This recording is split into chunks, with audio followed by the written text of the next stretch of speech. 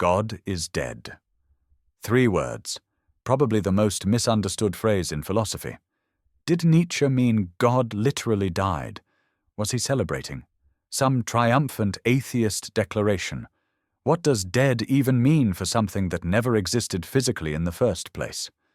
Most people think it's about atheism winning, about science defeating religion. Wrong. It's not about whether God exists or not.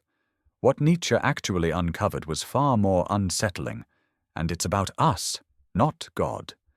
The death happened in our heads, and we're the ones who killed him. The first response you hear, obviously he meant belief in God died, religion declined, but that's just restating the problem with different words. Why did belief die? What changed? Most people say science proved God wrong. Darwin, physics, rationality won. Nietzsche would say, wrong again. That's not what killed God. Let me show you what actually happened. When Nietzsche said God is dead, he didn't mean God stopped existing. He never claimed God existed in the first place. And he wasn't celebrating. Nietzsche was horrified. Dead means the framework collapsed. The entire structure that held meaning together stopped working. Here's what people miss. God wasn't just a being in the sky. God was the answer to every why. Why be moral? God commands it. Why does suffering exist? God's plan. Why does anything matter? God gives purpose. God was the foundation, the fixed point, the cosmic anchor. For 1500 years in Europe, every value, every law, every purpose traced back to this single source. When Nietzsche said dead, he meant that entire system of making sense of existence stopped working. And here's what nobody wants to admit. We killed him. Not intentionally. We suffocated him with our own intellectual honesty. How did we kill God? Not through atheist arguments or scientific discoveries. Through something more mundane, taking truth seriously. Christianity itself taught us to value truth above all. Else, thou shalt not bear false witness.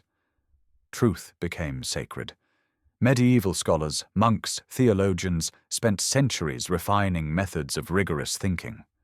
Actually, it's more ironic than that. Christianity accidentally trained us in the very intellectual discipline that would destroy it. We got better and better at distinguishing truth from comfort, better at questioning authority, demanding evidence, rejecting wishful thinking. Then we turned those tools on Christianity itself. What happens when you apply rigorous honesty to faith? Every proof of God collapses under scrutiny.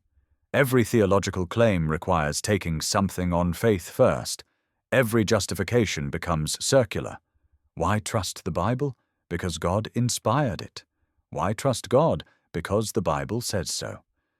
We couldn't stop seeing the circularity once we saw it. Our intellectual conscience, the very thing Christianity cultivated, made belief impossible for honest thinkers. Not because we wanted to stop believing. Because we couldn't lie to ourselves anymore. So we stopped believing. Science replaced religion. Problem solved, right? No. The horror was just beginning. Because here's what we didn't realize we'd done. God wasn't just one belief among many. God was the ground of all value. When you remove the foundation, everything built on it falls. Without God, why shouldn't I murder? The automatic response, because it's wrong, it hurts people, society needs rules. Nietzsche's counter. Says who? Where does wrong come from now? Not from nature. Nature has no morality, just cause and effect. A lion kills a gazelle. Is that murder? No, it's lunch. Nature doesn't care. Not from reason. Reason can't tell you what to value, only how to achieve what you already value. Reason can tell you how to murder efficiently, but it can't tell you whether you should. Not from society. But then morality is just collective opinion, changeable, arbitrary. Different societies have had radically different morals. Which one's correct? Says who? We killed God, but kept pretending his corpse was still alive. We kept Christian morality without its foundation. This is the crisis Nietzsche actually identified.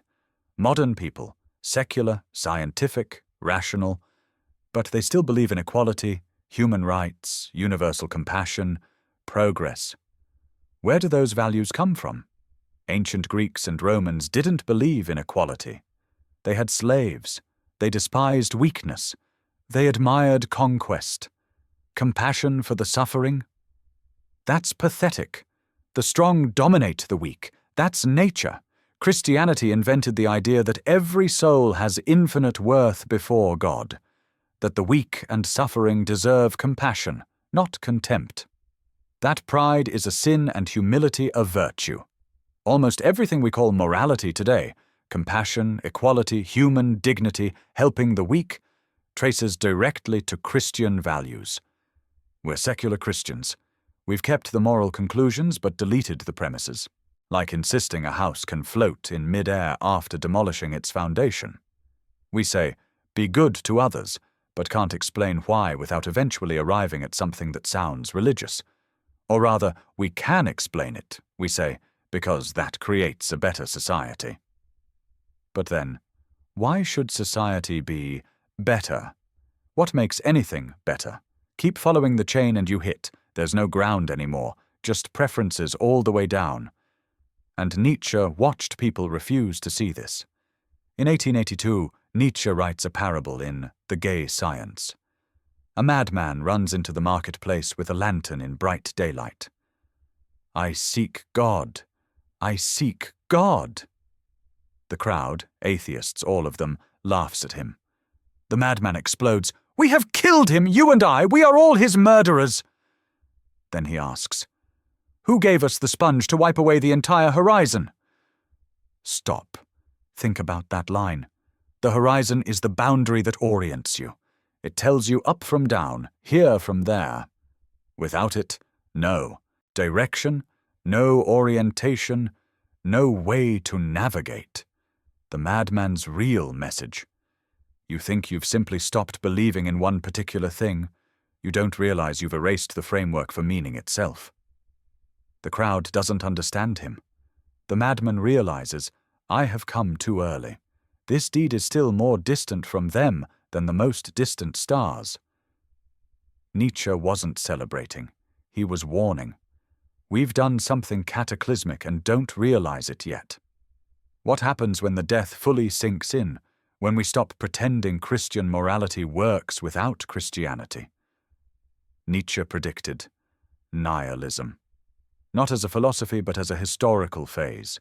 The growing feeling that nothing means anything. Why do anything becomes an unanswerable question. Look around. Rising despair, meaninglessness. What's the point of it all?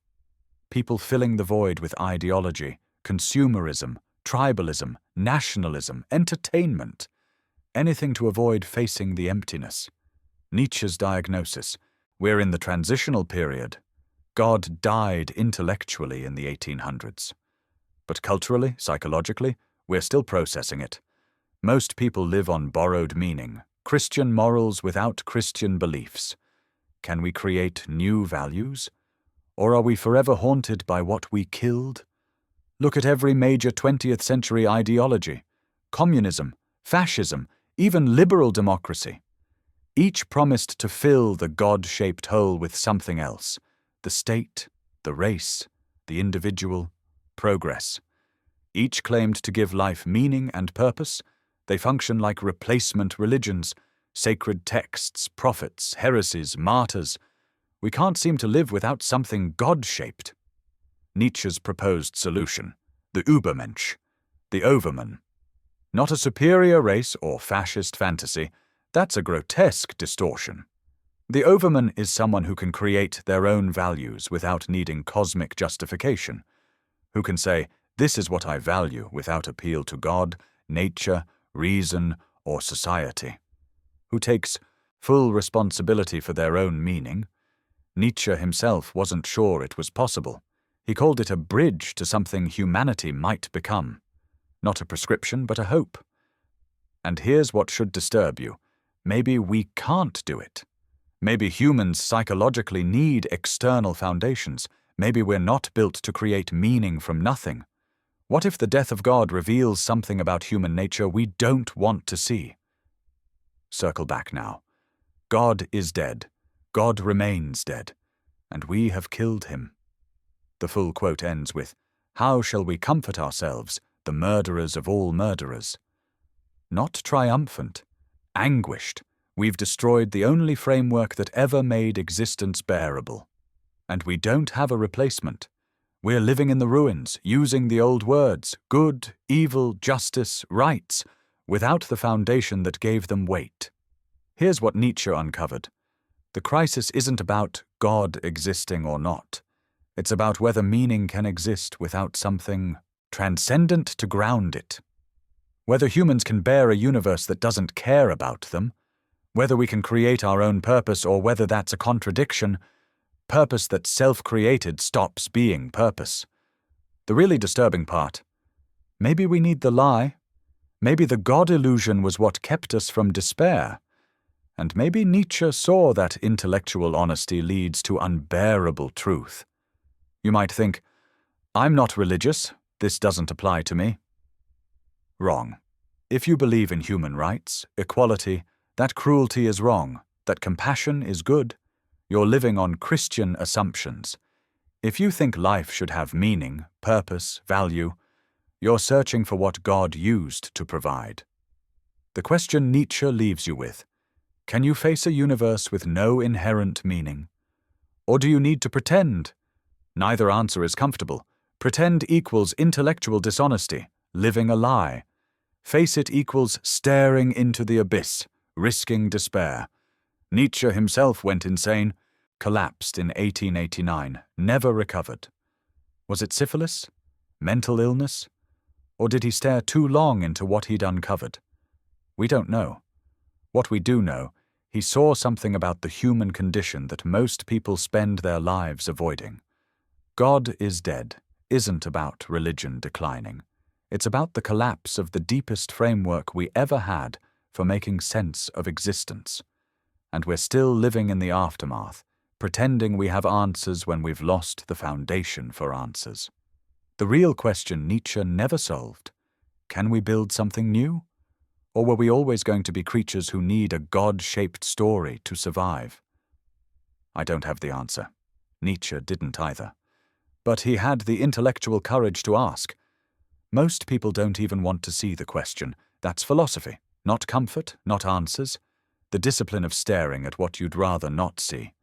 I'll stop here. You can look away now, or you can keep staring.